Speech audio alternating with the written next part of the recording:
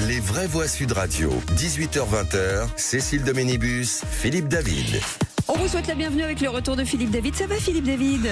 Ça va très bien Cécile, Dis donc, vous m'avez manqué. Le jour où vous revenez, bam, il se passe des trucs quand même. Hein. Ah bah ça c'est l'effet, le double effet Philippe David. Ils ont attendu le dernier moment. Philippe David est là, c'est bon? C'est bon, allez, on y va. On y va, c'est ça. Hein. Si j'en crois, Boilem Sansal peut vous remercier à avoir. Ah bah, j'ai envie de dire, même l'Assemblée nationale vous dit merci Philippe. Ah bah oui, les retraités avec la suspension, finalement, je pense que je mériterais le surnom d'homme miracle. Ok, bah, ça y est, il est reparti dans un délire. J'extrapolais votre pensée. Vous avez mangé profonde. trop de tartiflettes, Philippe David. Ah donc c'était de la choucroute. Avec, Je suis persuadé, ma chère Cécile, que la fabuleuse route des vins, maintenant en Alsace, est appelée route de Philippe David. Ça m'étonne.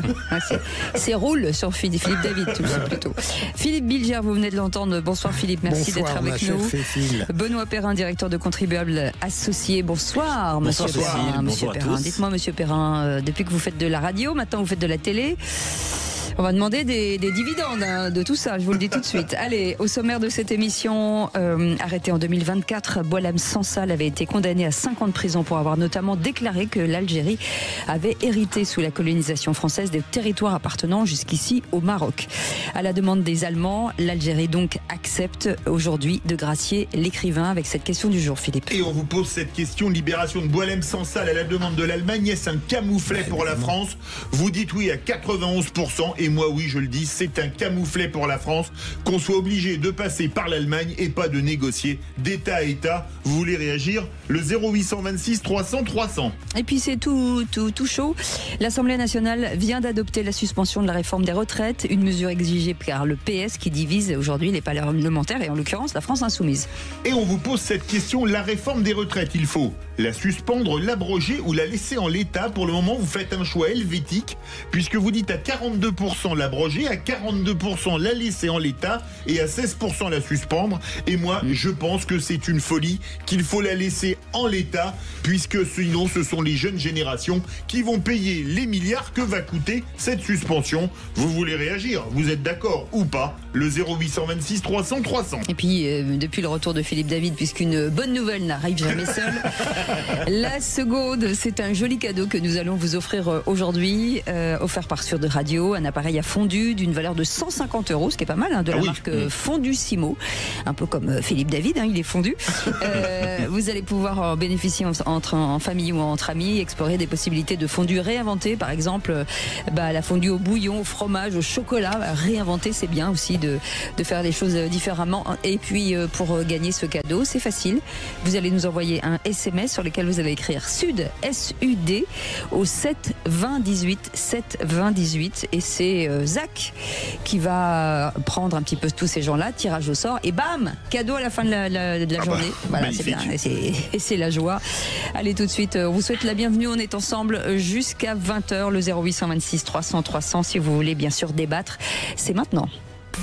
Si la nouvelle est confirmée comme je l'espère, je veux vous dire ma très grande joie d'apprendre la libération de Boilem Sansal.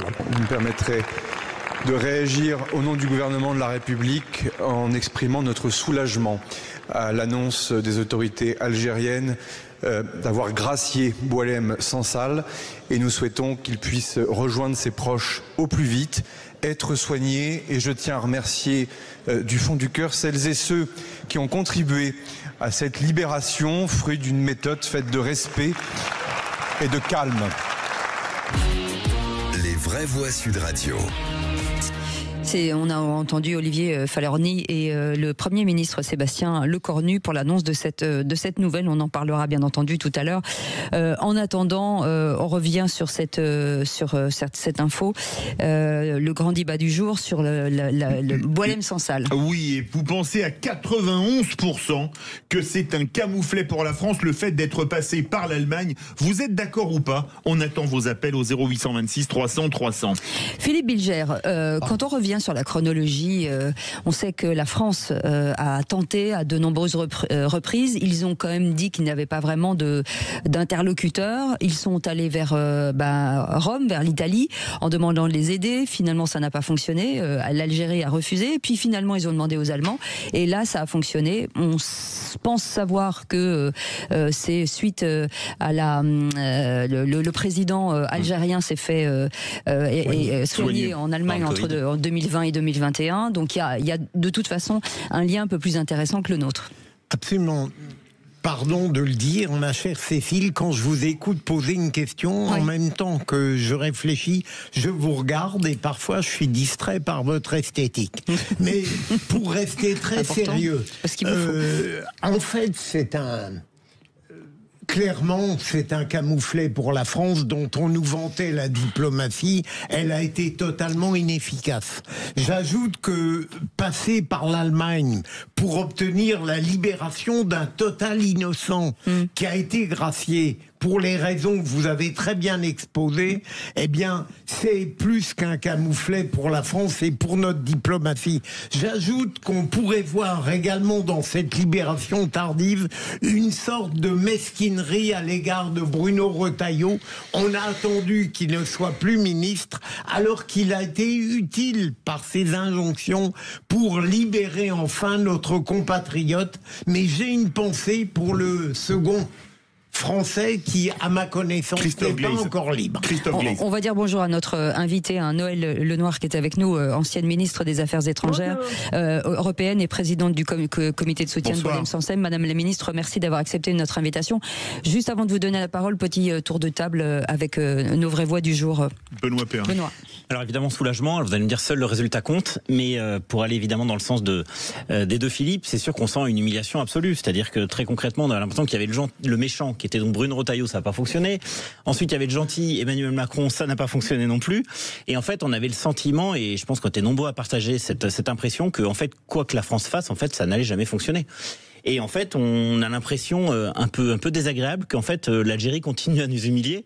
Un, parce qu'effectivement, il se félicitait de l'arrivée de Monsieur Nunez, qui tient un discours effectivement très gentil vis-à-vis de l'Algérie. Ouais. Deux, on est obligé de passer par l'Allemagne pour récupérer un ressortissant. Trois, ils n'acceptent toujours pas de récupérer les fameuses OQTF. Donc en fait, on a l'impression que l'humiliation continue, l'espèce de supplice algérien continue. Et je tiens à dire quand même qu'il faut féliciter quand même le comité de soutien à Boulogne-Sansem, notamment présidé par Arnaud Benedetti, qui est un ami de la station, et Noëlle Lenoir, effectivement, qui ont fait un travail formidable depuis plusieurs mois pour demander leur libération. Alors, je vais faire très court pour laisser la parole à Madame la Ministre. Inutile de dire que c'est vrai que c'est un camouflet, que la France ne soit plus capable de parler avec un État et doivent passer par l'Allemagne, c'est terrible. Et puis alors, je vais faire un raccourci historique, double camouflet. Le lendemain du 11 novembre, compter sur l'Allemagne pour pacifier des relations avec une ex-colonie française, je dois dire que l'humiliation est totale. Madame la ministre, merci. Madame le ministre, merci d'avoir accepté notre invitation. Est-ce que c'est une façon d'éviter de baisser la garde face aux Français en passant par l'Allemagne, ou c'est l'envie de faire un camouflet à la France ? Bon, moi je pense que nous on est le comité de soutien, donc c'est vrai que la priorité pour nous c'est de savoir dans quelles conditions Boualem va être soigné et si des conditions ont été fixées ou pas, parce que évidemment on espère qu'il va retrouver la plénitude de ses droits, son droit d'écriture et son droit de parole. Sur ce qui est la politique interne française, bon, nous évidemment on a considéré que faire pression était quelque chose qui était important. Et Philippe Bilger a parlé du ministre de l'Intérieur, Bruno Retailleau. Mais il y a aussi les parlementaires, y compris Monsieur Gabriel Attal, qui a présenté une résolution qui était assez ferme vis-à-vis du gouvernement algérien. Et je ne suis pas sûre que l'Élysée ait aimé cette initiative qui a été prise et qui a réussi, puisque sauf l'extrême gauche, tout le monde a voté pour ou s'est abstenu, mais personne n'a été contre. Vous avez eu une résolution au Parlement européen, vous avez eu la relance du débat sur les accords franco-algériens, vous avez eu, je pense que ce qui a joué, c'est ces pressions qui ont été exercées et que par ailleurs, d'autre part, il y ait une diplomatie qui ait joué plutôt la coopération avec les pays étrangers. évidemment, on ne peut pas interférer dans la sphère politique, surtout pas. On a essayé de nous politiser et je refuse absolument de rentrer dans ce jeu ou dans ce piège. Mais néanmoins, je pense que ça a été sage de demander l'aide de l'Allemagne. D'ailleurs, je crois que d'autres pays européens et non européens avaient été sollicités pour aider la France.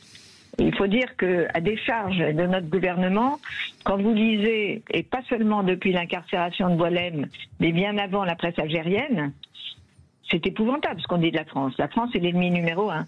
Donc je crois que la sagesse, c'était évidemment de demander à d'autres pays de faire les intercesseurs. Alors que on eût préféré que ce soit la France, sans doute, mais je pense que c'était sage de passer par un autre pays. Alors, l'important, c'était aujourd'hui qu'il soit libéré, bien entendu, d'une manière ou d'une autre, et sain et sauf. Vous restez avec nous, Madame le Ministre, et 0826 300 300, si vous voulez, bien sûr, commenter cette très belle nouvelle. On vous attend et on revient dans un instant. À tout de suite. Cette semaine, réveillez-vous avec Patrick Roger dans le Grand Matin Sud Radio.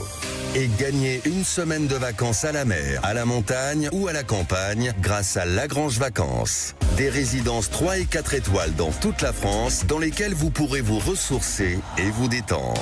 Écoutez le Grand Matin Sud Radio avec Patrick Roger entre 7h et 10h et gagnez votre séjour pour 4 personnes dans l'une des résidences Lagrange Vacances. Les vraies voix Sud Radio, 18h-20h, Cécile de Ménibus, Philippe David. Avec Philippe David, on est ravis de vous accueillir aujourd'hui avec cette belle nouvelle, la libération de Boualem Sansal qui va aller se reposer, se soigner en Allemagne avec nos vraies voix du jour, avec Philippe Bilger qui est avec nous, Benoît Perrin, directeur de Contribuables Associés, et vous au 0826 300 300. Dans un instant, on va récupérer Noëlle Lenoir qui est ancienne ministre des Affaires européennes et présidente du comité de soutien Boualem Sansal. On est forcément très ému de cette décision tardive, Philippe Bilger, parce que Boualem Sansal ne va pas très bien. Il reste encore Christophe Glaise en Algérie qu'il ne faut pas absolument pas oublier. Est-ce que ça veut dire que on va pouvoir imaginer d'autres relations avec l'Algérie et peut-être être un peu plus pushy, si je puis dire? Vous avez raison, Cécile, et peut-être ai-je envie de me reprocher tout à l'heure une légère tonalité de politisation que j'ai introduite. Alors que la nouvelle fondamentale, c'est sa libération, on l'attend depuis toujours.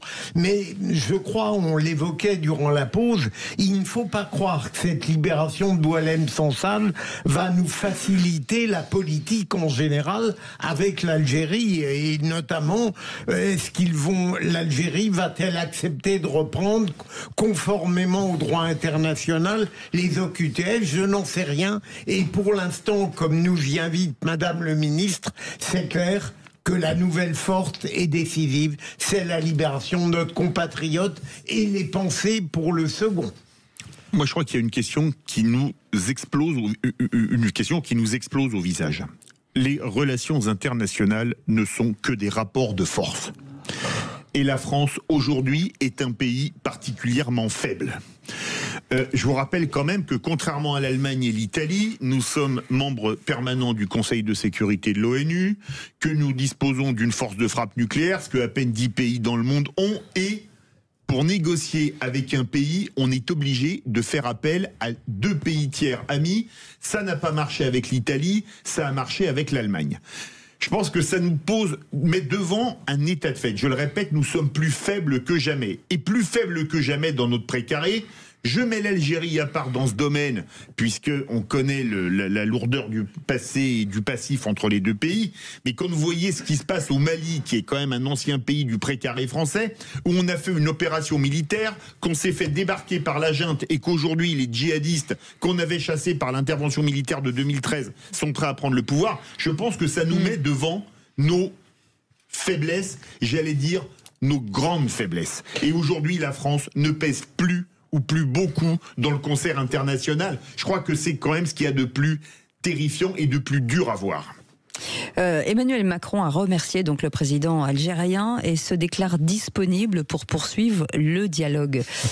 Est-ce qu'on peut imaginer cette main tendue, d'avoir un retour sur investissement, j'ai envie de dire, Benoît Perrin, parce que c'est encore un appel du pied du président Macron, alors que bon, aujourd'hui, il y a... mais exactement, on a l'impression qu'Emmanuel Macron, il parle à quelqu'un, mais personne l'écoute, quoi, ou personne veut l'entendre. C'est ce qu'a dit Trump à Sharm el-Sheikh. Hein.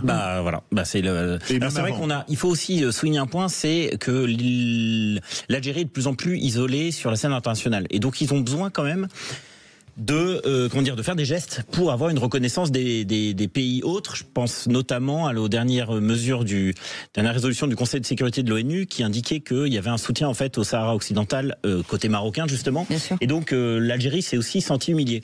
Donc l'Algérie a aussi en ce moment, et tant mieux pour nous, intérêt quand même à tendre la main à un certain nombre de pays autres. Alors la France, j'ai encore une fois du mal à croire qu'ils nous tendent la main, mais enfin en tout cas ils ont quand même intérêt à parler avec le maximum de nations pour retrouver une place dans le monde. Économiquement, en plus, c'est un pays qui va mal. Exactement. Alors ça aussi, effectivement, on a aussi l'impression que souvent la détestation de la France sert de diversion pour les responsables politiques algériens qui, plutôt que de regarder leurs propres responsabilités, notamment leurs responsabilités liées à la corruption ou liées effectivement à une économie qui n'a pas su se diversifier avec le temps, eh bien ils ont tendance effectivement à imposer médiatiquement un autre agenda qui est la détestation de la France, en expliquant à longueur de temps, notamment aux jeunes Algériens, et malheureusement le discours porte que s'ils vont mal, c'est à cause de la France. Enfin, excusez-moi, le discours porte, mais depuis 1962, date de l'indépendance, toute l'historiographie est faite sur la haine de la France, notamment dès l'école. Cependant, il va falloir m'expliquer si ça marche si bien que ça auprès de la population, notamment la jeunesse, puisque chaque fois qu'un président français se rend en Algérie, la première chose qu'on lui demande, c'est des visas.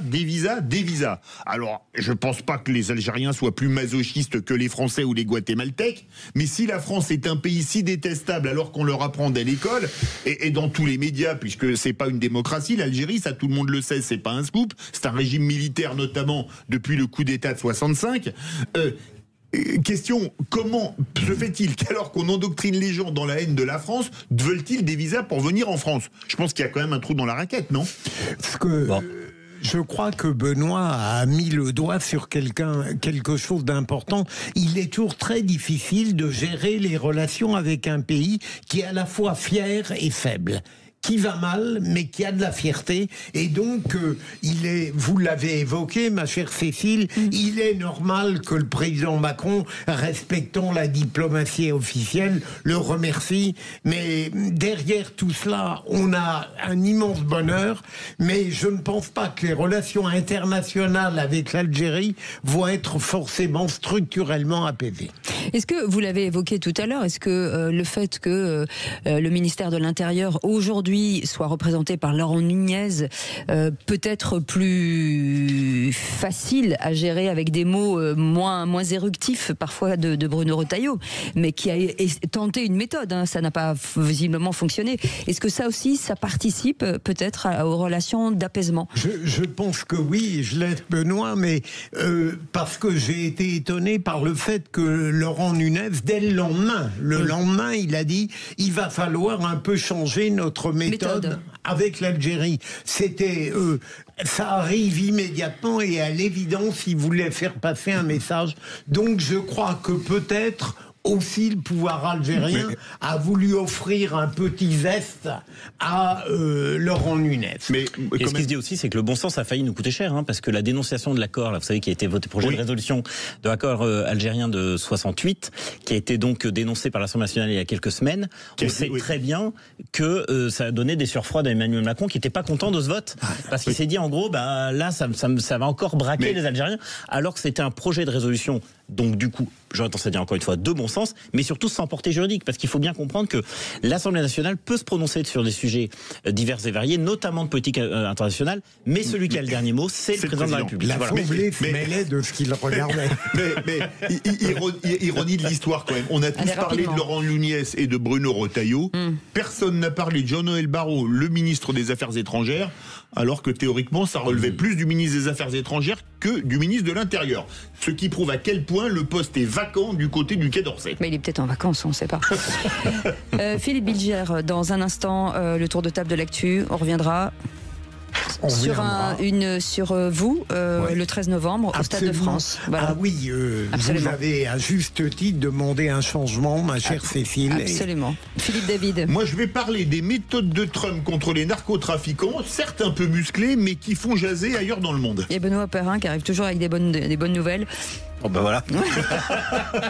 Ça veut dire. Voilà, vous êtes mon ventriloque. Non, mais très concrètement, mauvaise nouvelle pour le contribuable français. Effectivement, on va lui piocher dans son épargne. Faut que tout ça s'arrête. Allez, à tout de suite. On fait une petite pause. Sud Radio. Sud Radio. Parlons vrai. Parlons vrai. Sud Radio. Les vraies voix Sud Radio. 18h-20h. Cécile Doménibus, Philippe David. Ah là là, les joies du direct avec notre réalisateur qui nous dit on y va. Et moi, à chaque fois, je lui dis et on va où? Voilà, c'est ma blague. C'est très spirituel. Mais c'est très drôle. C'est très drôle. Et gentiment. Et parce je ne que sais jamais quoi répondre. Voilà. Donc il ricane en disant ça va lui faire plaisir. Elle est contente. Elle a fait une blague pourrie depuis 10 ans. Alors que moi, j'en fais jamais. Oula. Attention. Il y a un jingle qui prouve le contraire.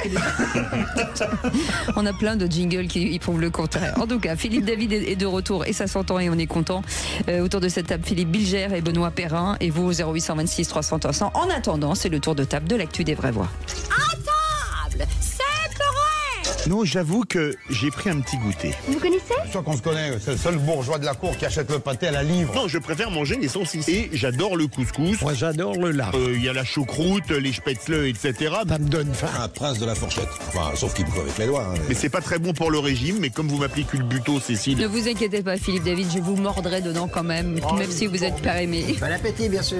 Le tour de table. De l'actualité. Et ce qui est fou, c'est que c'est comment derrière ça avoir des sujets importants. Voilà. Des sujets, bon, on va y arriver. Hein. Sujet Par important. contre, je vous préviens, si vous me mordez, faites un contrôle de cholestérol après.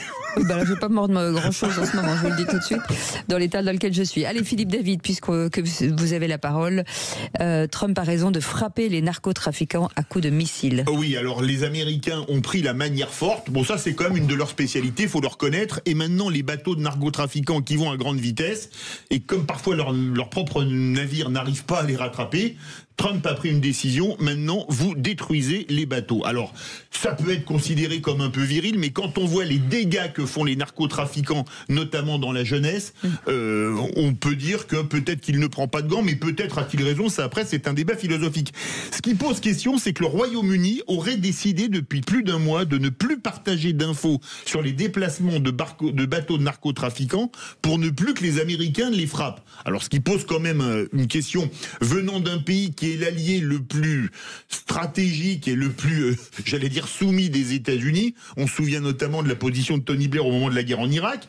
Et même la Colombie. Alors le président colombien Gustavo Petro a tweeté « L'ordre est donné à tous les niveaux de renseignement des forces de suspendre l'envoi de communications et autres opérations aux agences de sécurité américaines. Et ce sera maintenu tant que les attaques par missiles contre des bateaux se poursuivront, tandis que la Russie a qualifié les frappes américaines d'inacceptables. » Alors on est d'accord ou pas, moi j'estime que les Américains défendent leur population contre le trafic de drogue, qui est un fléau qui fait des milliers de morts chaque année, et ils ripostent de manière peut-être un peu virile si on veut, mais moi je ne condamne pas.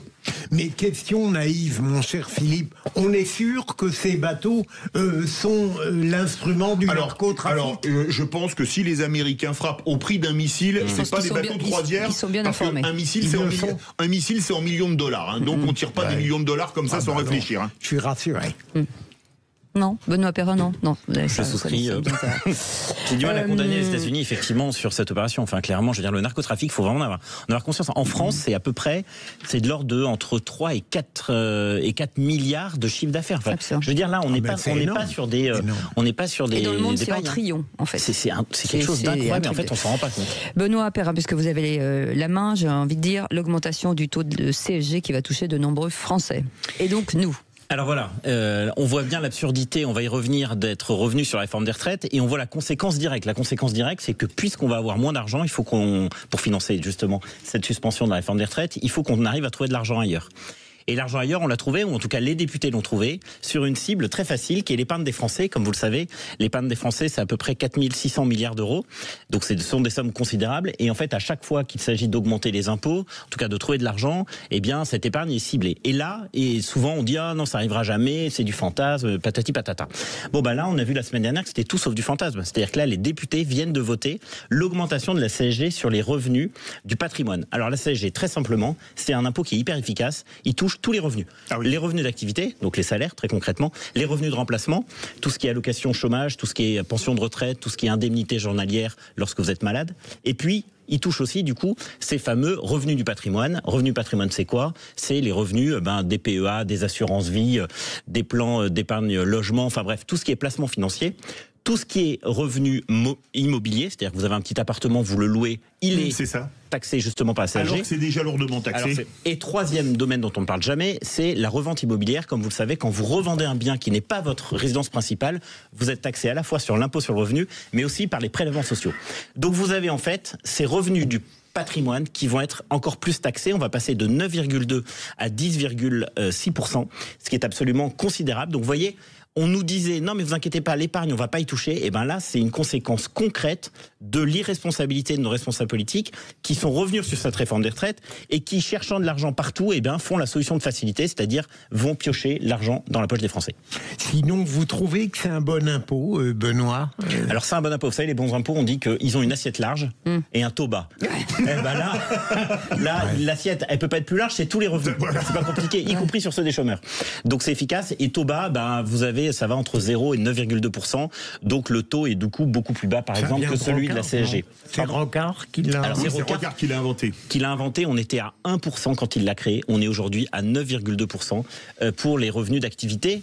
Et puis c'est un peu plus bas pour les pensions de retraite. Et c'était donc de 9,2 pour les revenus financiers et immobilier, et maintenant c'est donc 10,6, c'est absolument énorme. Ce qu'il y a bien dans Les Vraies Voix, ma chère Cécile, c'est qu'on n'affirme pas seulement, on apprend des choses. Ouais, c'est ça qui est bien. Sinon, faut que ce soit utile, sinon ça n'a aucun intérêt. C'est pour ça que c'est vous qui parlez, parce que si c'était moi, ce serait totalement inutile. Mais non.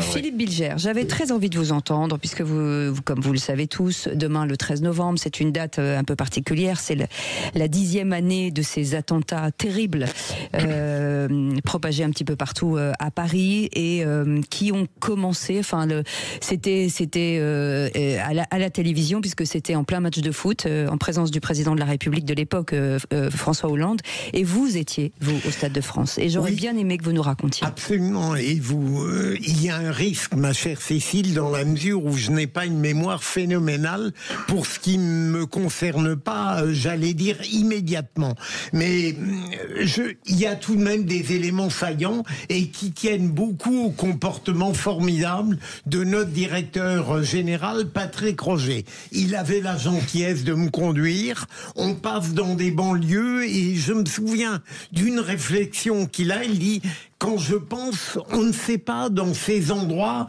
des gens pourraient se cacher, des terroristes. On ne savait rien, bien sûr. On arrive au stade, il y a un monde fou, et c'est là où mon souvenir se sépare du sien. Et je n'ai aucune raison de douter de sa crédibilité à lui. Il considère qu'on est parti pratiquement à la fin de la première mi-temps, alors que j'avais le souvenir de 2 explosions dont lors de la première mi-temps, et lui, il a été immédiatement alerté. Dès la première, il m'a dit, ça n'est pas normal, c'est pas du tout un accident, et donc, immédiatement, il a été sur le qui-vive. Moi, j'avais le souvenir qu'on était parti presque à la fin du match, de manière très précipitée, parce qu'on voulait éviter d'être bloqué durant 3/4 d'heure, 1 heure, voire 2 heures. Peu importe, en tout cas, on réussit à partir, on court pour rejoindre sa voiture, parce qu'on ne sait jamais, il peut encore y avoir des gens qui sont inspirés par des envies de menaces ou des terroristes éventuellement. On roule bien, il n'y a personne, on arrive à Europe 1 et là j'ai la chance avec lui de voir ce dont j'ai tout rêvé malgré la tragédie du 13 novembre, une rédaction en effervescence comme dans un branle-bas et une animation extraordinaire avec, je me souviens, c'est Lionel Rousseau qui était prévu pour le sport, qui continue faire les infos, Denis Oliven arrive, Patrick est là. C'était une soirée à cause de l'horreur et à cause de ce que j'ai vécu très modestement grâce à Patrick Roger, dont je me souviendrai peut-être mal, mais dont je me souviendrai toute ma vie tout de même. Merci beaucoup pour ce témoignage et on vous annonce bien entendu que demain nous aurons un membre de la BRI en direct chez nous, avec nous, pour nous raconter de l'intérieur de cette unité spéciale, comment s'est déroulé, à quel moment ça s'est passé, qu'est-ce qui s'est organisé et jusqu'à la neutralisation en tout cas des assaillants. Voilà, on en parlera bien entendu demain et dans un instant l'info en plus, on reviendra sur la ministre de l'Agriculture qui a indiqué cet après-midi que le président de la République avait assuré aux agriculteurs que la France s'opposerait fermement à l'accord entre l'Union européenne et le Mercosur. On en parle dans un instant. Sud Radio, c'est votre opinion qui compte. J'adore Sud Radio et alors des choses positives à prendre et des informations que l'on n'a pas ailleurs. Sud Radio, parlons les vraies voix Sud Radio. 18h-20h, Cécile Doménibus, Philippe David. Avec notre ami Philippe Bilger, bien entendu, qui est avec nous et qui raconte bien les histoires. Philippe Bilger, il se souvient pas de tout visiblement, non, mais mais je n'ai pas inventé. Non, mais vous n'avez pas inventé. Benoît Perrin qui est avec nous, directeur de Contribuables Associés. Philippe David, bien entendu, autour de sa table avec l'info en plus, pardon. Les vraies voix Sud Radio. Et la ministre de l'Agriculture a indiqué cet après-midi que le président de la République avait donc assuré aux agriculteurs que la France s'opposerait fermement à l'accord entre l'Union européenne et le Mercosur. Et pour en parler, avec nous François-Louis Bourneau, notre invité. Absolument. Une phrase que je souhaite quand même dire, la France ne peut pas valider à ce stade le projet d'accord avec les pays du Mercosur. C'est ce qu'a ajouté la ministre. C'est très important. Et on est avec Damien Garrigue, qui est président de la FDSEA 82. Bonsoir Damien. Bonsoir. Oui. Bonsoir. Vous avez assisté à cette réunion d'une grande importance quand même, il me semble. Qu'est-ce qui en est sorti concrètement ? Concrètement, on nous a dit que l'accord du Mercosur ne serait pas signé comme il est actuellement. Le président de la République nous a dit qu'il faisait tout son possible pour rallier à sa cause les autres pays européens, mais que c'était pas gagné. Nous, en tout cas, nous resterons vigilants à ce que cet accord ne passe pas. On est déterminés et on fera tout notre possible pour pas que ça passe. Ça vous a convaincu concrètement, parce que c'est pas la première annonce qu'ils font, mais est-ce que ça a pu vous convaincre quand même ? Pas spécialement. Mais c'est à demi-teinte donc. Ah, mais j'ai dit pas spécialement, donc ça laisse une lumière. Le verre à moitié vide ou à moitié plein. Exactement. Mais allez-y, Philippe, bien sûr, Philippe. Monsieur le Président, il y a... j'avoue n'avoir pas compris les évolutions du président de la République, si je les ai bien appréhendées. J'ai cru comprendre qu'il était pour, puis qu'il était contre, non, il était contre et après il était que maintenant il considère que l'accord est mauvais. Est-ce que vous avez pu suivre ces sinuosités ? Alors nous, quand on a discuté avec lui, il nous a dit qu'il avait toujours été contre et que ses propos n'avaient pas été interprétés dans leur intégralité dans les médias. Vous avez coupé ses dires à moitié phrase. Donc en fait, il n'a jamais dit qu'il était pour, donc tout le monde a mal compris. Nous sommes totalement rassurés. Mais non mais est-ce que vous n'avez pas peur, vous me passerez l'expression, vous qui êtes agriculteur, j'espère que vous n'êtes pas éleveur porcin, d'être pris pour des jambons, parce que désolé mais ces derniers propos où il disait que c'était quand même plutôt positif l'accord UE-Mercosur, mais en disant qu'il est vigilant, de toute façon aujourd'hui il peut plus rien faire puisque l'Italie est pour, l'Espagne est pour, l'Allemagne est pour, et la France n'a pas de quoi faire une minorité de blocage. Est-ce que quelque part on vous mène pas un peu en bateau ?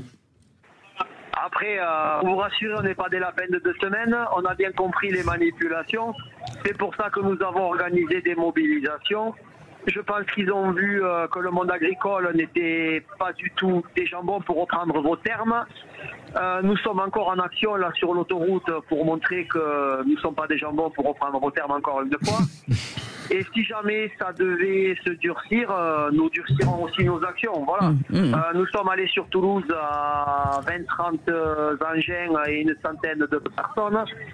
Quand on fait ça dans notre département, en général, on est beaucoup plus nombreux.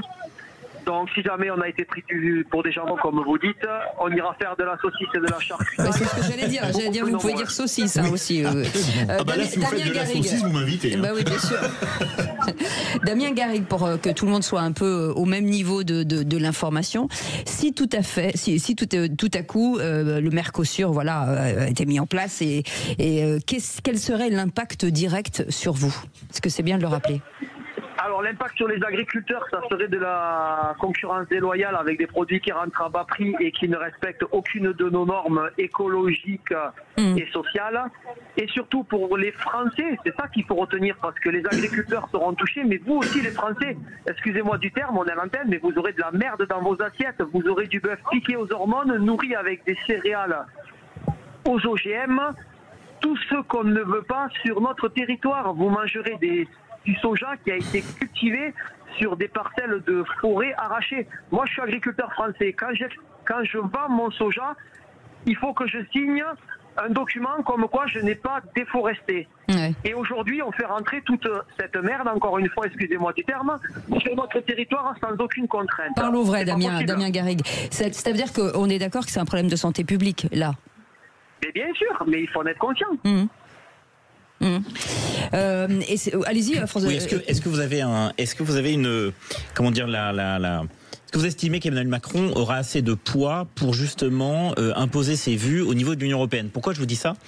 Parce que j'ai l'impression qu'on revient un peu, vous savez, l'épisode que lorsque l'Union européenne devait négocier ses droits de douane avec Trump, et je ne sais pas si vous vous souvenez, mais Emmanuel Macron nous avait dit, voilà, je vais tout faire pour avoir une exception, notamment pour les vins et spiritueux, parce qu'on sait que avec des droits de douane à 15%, le secteur va être effectivement très fragilisé. Et là, on a l'impression de vivre un peu le même épisode, et on espère évidemment avec vous que la chute ne sera pas la même. Est-ce que vous pensez que, comme pour les négociations avec Trump, Mme von der Leyen ne va rien demander à la France? Ah, mais c'est sûr que Mme von der Leyen ne demandera rien, puisqu'elle n'a rien demandé jusqu'à maintenant. Donc, pourquoi elle continuerait? En tout cas, merci beaucoup Damien Garrigue. Vous êtes toujours présent, en tout cas pour des interviews, et merci. Vous savez que vous êtes le bienvenu ici, et vos collègues aussi qu'on embrasse, président de la FDSEA 82. En tout cas, si il y a du nouveau, et bien entendu, on vous refera un petit passage antenne. Merci d'avoir accepté notre invitation. Beaucoup. Dans un instant, le coup de gueule de Philippe David. Est-ce que vous avez rêvé d'avoir plusieurs maris ou vous plusieurs femmes, les vraies voix? Non, pourquoi? Il y en a jamais. Qui... Eh ben, ça va peut-être bientôt être possible. Vous allez voir, c'est absolument incroyable. Et ça viendra de l'Europe, tiens, comme le Mercosur. Extraordinaire. Et tout de suite, les incontournables de la crypto-monnaie, c'est avec... Thomas Binet, ça rime. Paymium, le premier partenaire français pour investir dans les cryptos en toute sécurité, présente. Sud Radio, les incontournables de la crypto-monnaie. Thomas Binet. Bienvenue dans ce nouvel épisode des incontournables de la crypto-monnaie. Je suis ce soir avec Pierre Noisa, président fondateur de Paymium. Bonsoir Pierre. Bonsoir Thomas. Pierre, aujourd'hui on va s'intéresser au sujet du stockage des crypto-monnaies et vous allez nous expliquer comment on fait pour conserver nos bitcoins.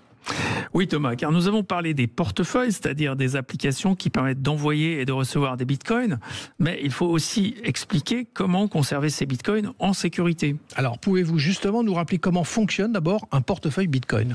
Tout à fait Thomas, c'est une application installée sur votre mobile ou votre ordinateur qui a essentiellement deux fonctions. D'une part, créer des adresses pour recevoir des fonds, d'autre part, signer des transactions pour dépenser ces fonds disponibles. Pour créer une adresse de réception, l'application génère une paire de clés.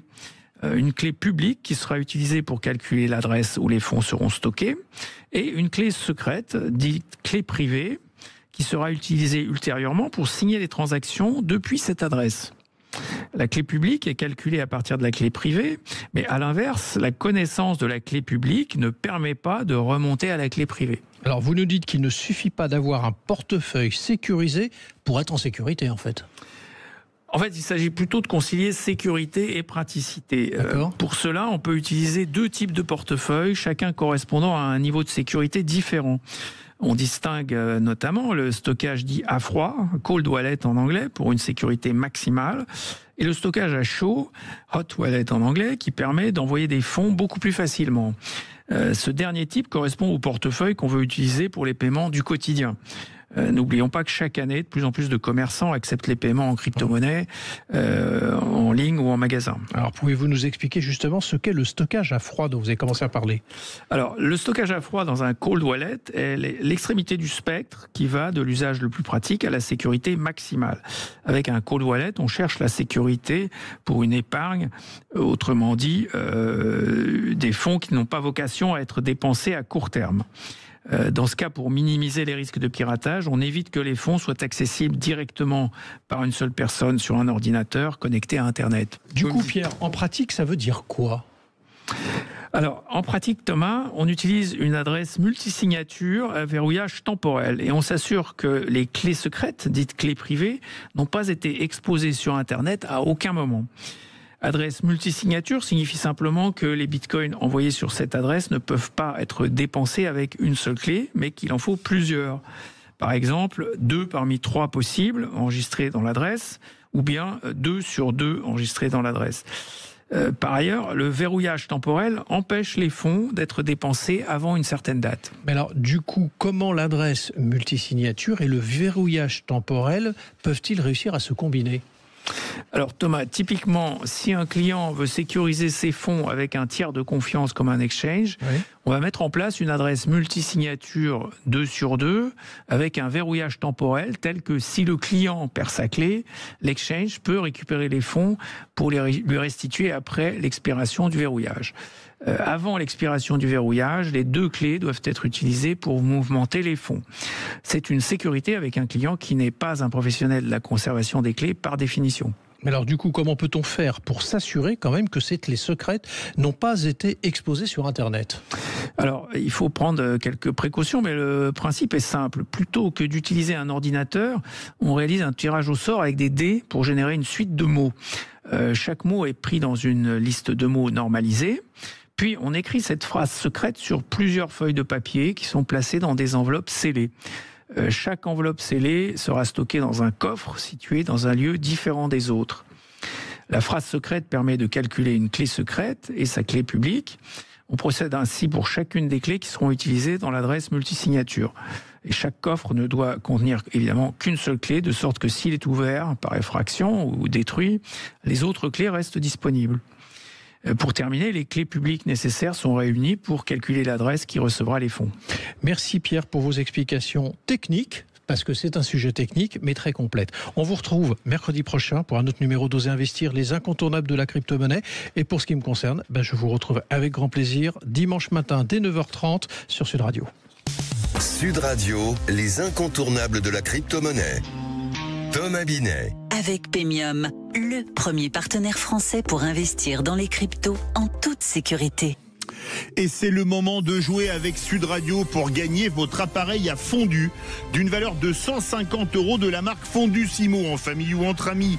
Explorez les possibilités de la fondue réinventée. Un appareil révolutionnaire polyvalent et conçu pour durer.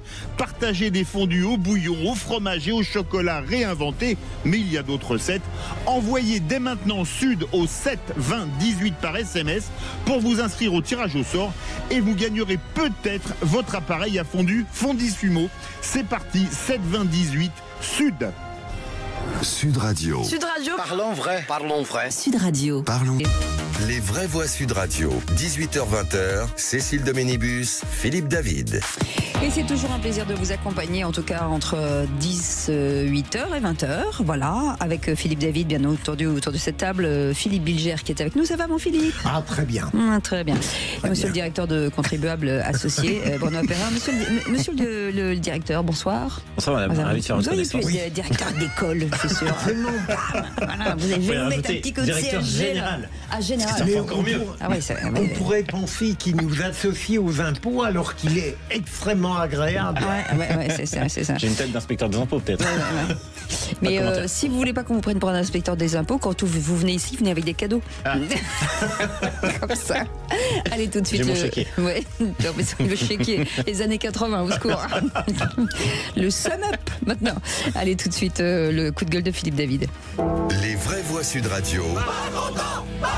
Le coup de gueule de Philippe David.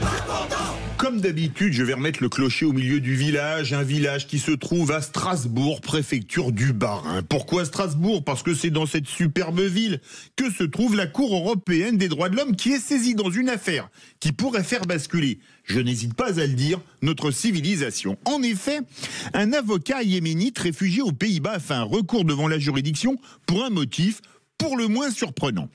Après avoir fait venir sa première femme et leurs 8 enfants au nom du regroupement familial, il a fait une demande pour le regroupement familial de ses 2 autres femmes et de leurs 5 enfants vivant en Turquie. Un double regroupement familial refusé, la polygamie étant interdite aux Pays-Bas, mais le pays des tulipes étant prêt à toutes les compromissions, les accommodements raisonnables, comme on dit au Québec, a proposé à l'homme de divorcer pour pouvoir faire venir ses autres épouses et leurs enfants.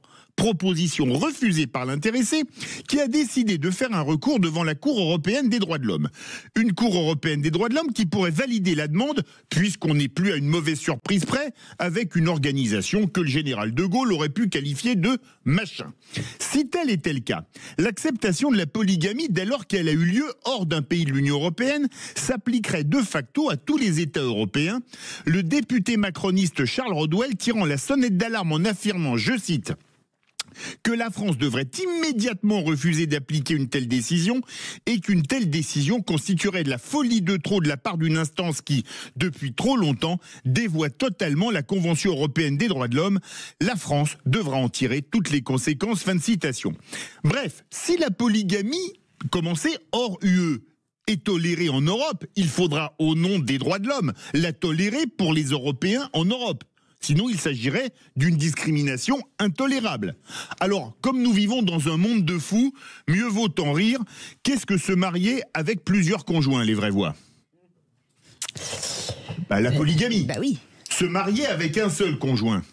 Je sais pas. La monogamie. Oui. Et se marier avec être avec le même conjoint toute sa vie. C'est la monotonie. Ouais, donc vous vantez la polygamie en terminant. Non, c'est tellement ubuesque que j'ai préféré prendre ça avec humour. Non mais c'est incroyable, je n'ose penser qu'on pourrait aller jusqu'aux extrémités que vous évoquez, mais pourquoi pas?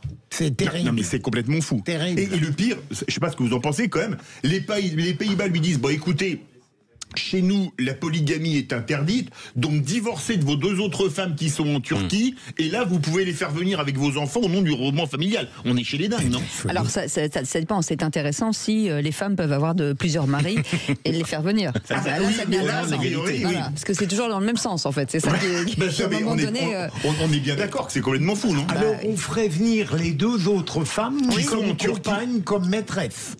Oui, s'il divorce, ce sera 2 maîtresses. Donc ce serait la polygamie est interdite, mais finalement on l'accepte en ayant des pudeurs de gazelle, en disant vous avez divorcé. Je n'ai pas très bien compris ce que proposaient les Pays-Bas. Ils lui proposaient de divorcer pour faire venir tout le monde. Mais c'est plus du regroupement familial. Non, mais c'est un accommodement raisonnable, comme on dit au Québec. D'accord. Comme on est prêt à accepter tout et n'importe quoi. Voyez un peu. Mais ça veut dire qu'il faut qu'il divorce de toutes les femmes. Non, les 2 autres. Pas celle qui est déjà arrivée aux Pays-Bas. Il en garde une.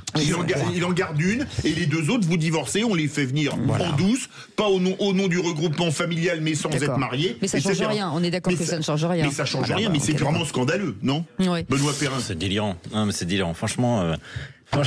Je plains les juristes qui ont à trancher ce genre de cas de figure, parce qu'en fait, ça tombe tellement, ça va tellement à l'encontre du bon sens et de nos traditions que je comprends même pas qu'on n'ait pas des règles très strictes et qui soient pour le coup européennes sur ces sujets-là. Mais ce que dit le député macroniste Charles Rodwell, c'est la stricte vérité. Si la CEDH dit, après tout, finalement, on peut accepter, et ça veut dire que la France est obligée d'accepter. Et là, heureusement, j'espère qu'on aura des gens qui auront le courage de s'opposer au délire, parce que la CEDH, en termes de délire, elle en a eu un paquet quand même. Moi, je pensais qu'on était beaucoup plus moderne que ça, mais finalement, la polygamie, on reste vraiment, j'ai l'impression au Moyen-Âge.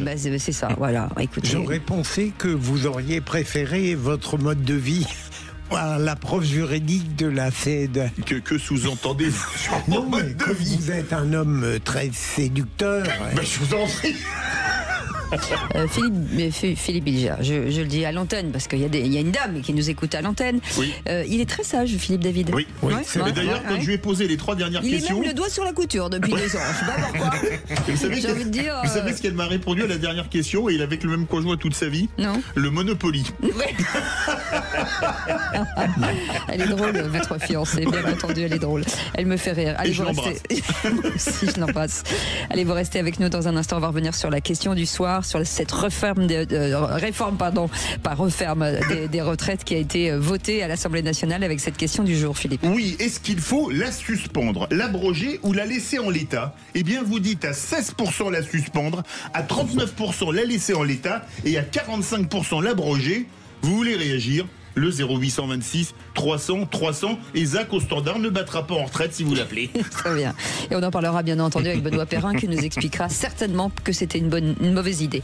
Allez, on en parle dans un instant. Sud Radio. Parlons vrai. Parlons vrai. Sud Radio. Parlons vrai. Sud Radio. Parlons. Les vraies voix Sud Radio. 18h-20h. Cécile Doménibus, Philippe David.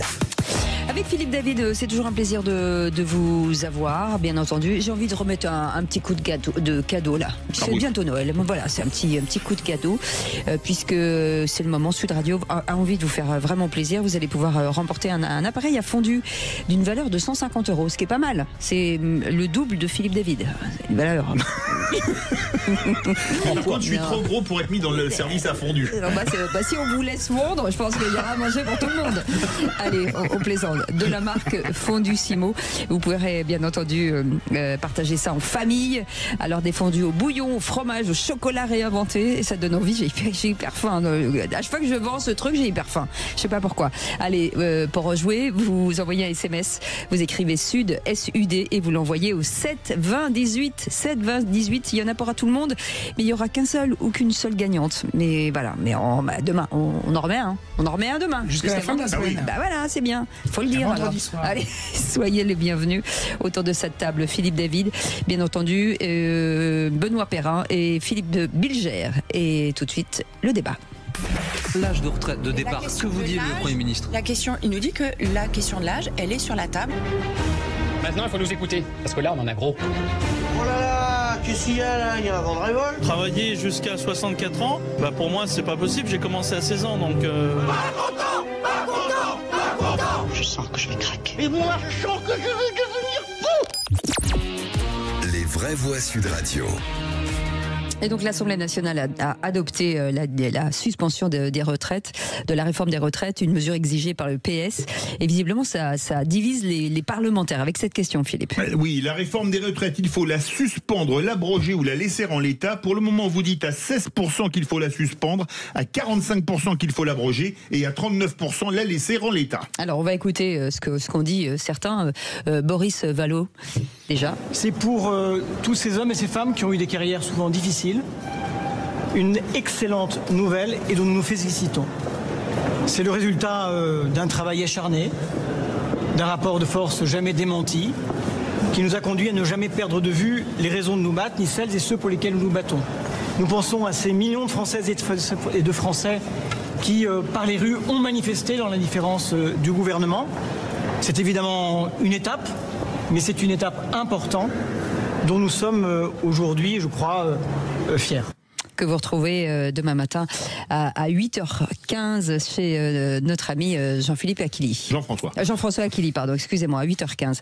On écoute aussi Gabriel Attal. Ce que vient de faire l'Assemblée nationale, c'est tout simplement retirer un morceau de scotch sur un système des retraites qui prend l'eau de toutes parts. La réalité, c'est que ce système des retraites qu'on a en France, il a été construit à une époque où la natalité explosait, où la population active augmentait et où il y avait beaucoup moins de personnes à protéger et beaucoup moins de retraités à qui verser une pension. Aujourd'hui, tout a changé. Et donc ça n'est plus, et c'est notre conviction, les paramètres qu'il faut bouger, c'est le système qu'on doit changer. Sinon, on sera condamné tous les 3 ans, tous les 5 ans, à revenir encore pour une énième réforme des retraites de paramètres. Alors Benoît Perrin, il y a une France qui est ravie et l'autre qui pleure parce que financièrement ça va coûter de l'argent. Alors voilà, j'ai l'impression que c'est la victoire des bonbons contre le brocoli. Pourquoi je vous dis ça? Parce que il y a ceux qui passent leur temps et leur vie politique à proposer des bonbons à tout le monde, c'est-à-dire à faire croire en fait que on peut travailler moins, on peut être payé davantage, enfin bref. qu'il n'y a pas de problème, il faut continuer comme ça. Et puis il y en a d'autres qui, je crois, ont un peu de courage politique et qui osent regarder les Français les yeux dans les yeux en leur disant, écoutez, on a un vrai problème en France, c'est que on a un système qui était construit au lendemain de la guerre sur une équation très simple, ce sont les actifs qui financent la retraite des inactifs. Et donc à partir du moment où vous avez moins d'actifs et de plus en plus d'inactifs, donc de retraités, eh bien un enfant de CP pourrait comprendre qu'il y a un problème, il y a un moment où ça va poser problème. Et ça pose déjà problème. Donc c'est même pas une question de dogme, d'idéologie, je sais pas quoi. Pour moi, c'est vraiment un sujet de bon sens, c'est même un sujet de très simplement de démographie. La démographie française étant ce qu'elle est, il faut absolument jouer sur des paramètres. Et le paramètre le plus efficace pour effectivement faire en sorte que le bateau prenne moins l'eau, parce que c'est pas cette réforme-là qui va résoudre le problème des retraites, eh bien c'est le report de l'âge légal qui est aujourd'hui l'outil le plus efficace pour retrouver un semblant d'équilibre budgétaire, sachant qu'il faut quand même le rappeler, on sait qu'on va devoir aller plus loin. Donc quand vous posez la question, est-ce que vous voulez suspendre la réforme, la laisser en l'état ou l'abroger, j'aurais proposé une quatrième option qui est aller plus loin. Et je dis pas ça de gaieté de cœur, je dis pas ça, c'est pas par sadisme que je dis qu'il faut qu'on travaille plus. C'est juste que très concrètement, on a aujourd'hui un système de protection sociale d'un pays riche, alors qu'on est un pays riche, on est devenu un pays pauvre parmi les pays riches. Et aujourd'hui, on a un système de protection sociale qui coûte très cher. Alors ça va quand vous gagnez beaucoup d'argent, quand vous avez un chiffre d'affaires important, quand vous avez un PIB important, ça passe. Mais le problème, c'est que depuis 20 ans, il y a peut-être 2 années au cours desquelles on a dépassé les 2% de croissance. Donc aujourd'hui, on voit bien qu'on est en train de s'enfoncer économiquement et que du coup, on n'a plus les moyens de se payer ce système-là. Donc, il y a 2 priorités. La première priorité, c'est de rétablir les comptes compte tenu de notre situation, donc c'est-à-dire encore une fois de faire travailler les Français davantage, et ensuite de créer davantage de richesses, parce que si on arrive à créer davantage de richesses, on pourra maintenir notre système de protection sociale. Et dire le contraire aux Français, c'est un mensonge éhonté, même si je sais que c'est beaucoup plus facile à vendre. Voilà, et se joue derrière ça, Philippe Bilger et ceux qui nous écoutent, un drame entre la France Insoumise et le PS. Je vais vous lire le tweet d'Olivier Faure qui dit « Je n'imaginais pas cela imaginable, voir un parti de gauche, LFI, voter contre la suspension de la réforme Borne. Au nom du grand soir, il ne faudrait surtout pas accepter une évolution immédiate et positive pour des millions de futurs retraités. Pas une abstention, un vote contre. » Vous avez raison, Cécile, avant d'ailleurs, non pas d'aborder le fond du problème, mais je trouve qu'il y a une double victoire politique en quelque sorte. D'abord la méthode aussi improvisée qu'elle ait pu apparaître de Sébastien Lecornu, qui finalement est validée. Également ce que vous venez d'indiquer, le fait que Olivier Faure a choisi de défendre la suspension et donc d'accentuer victorieusement pour l'instant son clivage avec LFI. Par ailleurs, j'ai noté la déclaration du gouverneur de la Banque de France qui allait dans le sens d'une suspension qui devrait être rediscutée évidemment lors de la campagne présidentielle. Peut-être faudra-t-il arriver lors du débat de 2027 à quelque chose qui tiendra compte à la fois des contraintes financières dont parle Benoît et en même temps de la pénibilité qui n'a peut-être pas été assez appréhendée en introduisant, qui sait, peut-être un élément de capitalisation. Enfin, alors 100% d'accord avec ce que dit Philippe, mais il faut rappeler quand même que la réforme de 2023, elle ne concerne que 60% des Français. C'est ça qu'il faut rappeler. Donc autrement dit, vous avez 40% des Français qui n'iront pas jusqu'à 64 ans, précisément parce qu'il y a déjà beaucoup de critères de pénibilité, carrière longue, de carrière hachée pour les femmes. Donc je veux dire, cette réforme, elle n'est pas antisociale. Je veux dire, elle tient déjà compte. Alors peut-être qu'on peut aller plus loin, mais je veux dire, ça c'est à la marge. Mais je refuse pour une histoire de marge de revoir tout le dispositif, encore une fois, il faut le rappeler quand même, qui a été adopté par quasiment tous nos voisins. S'il y avait une solution magique pour financer des retraites, nos voisins l'auraient fait différemment. Mais nos voisins qui sont confrontés à nos mêmes problèmes démographiques utilisent le même outil. Il y a peut-être une raison. Non, mais moi je crois qu'il y a quand même un problème, c'est que ça n'a rien de rationnel économiquement. Tout est dans la posture politique. Dans la posture. LFI qui vote contre, comme le dirait Olivier Faure, et pour une fois je suis d'accord avec lui, c'est de la posture. Le RN qui vote pour, alors ça c'est vraiment de la posture, il n'y a pas d'autre mot. En même temps, ils ont été... Pourquoi posture? Je ne vois pas.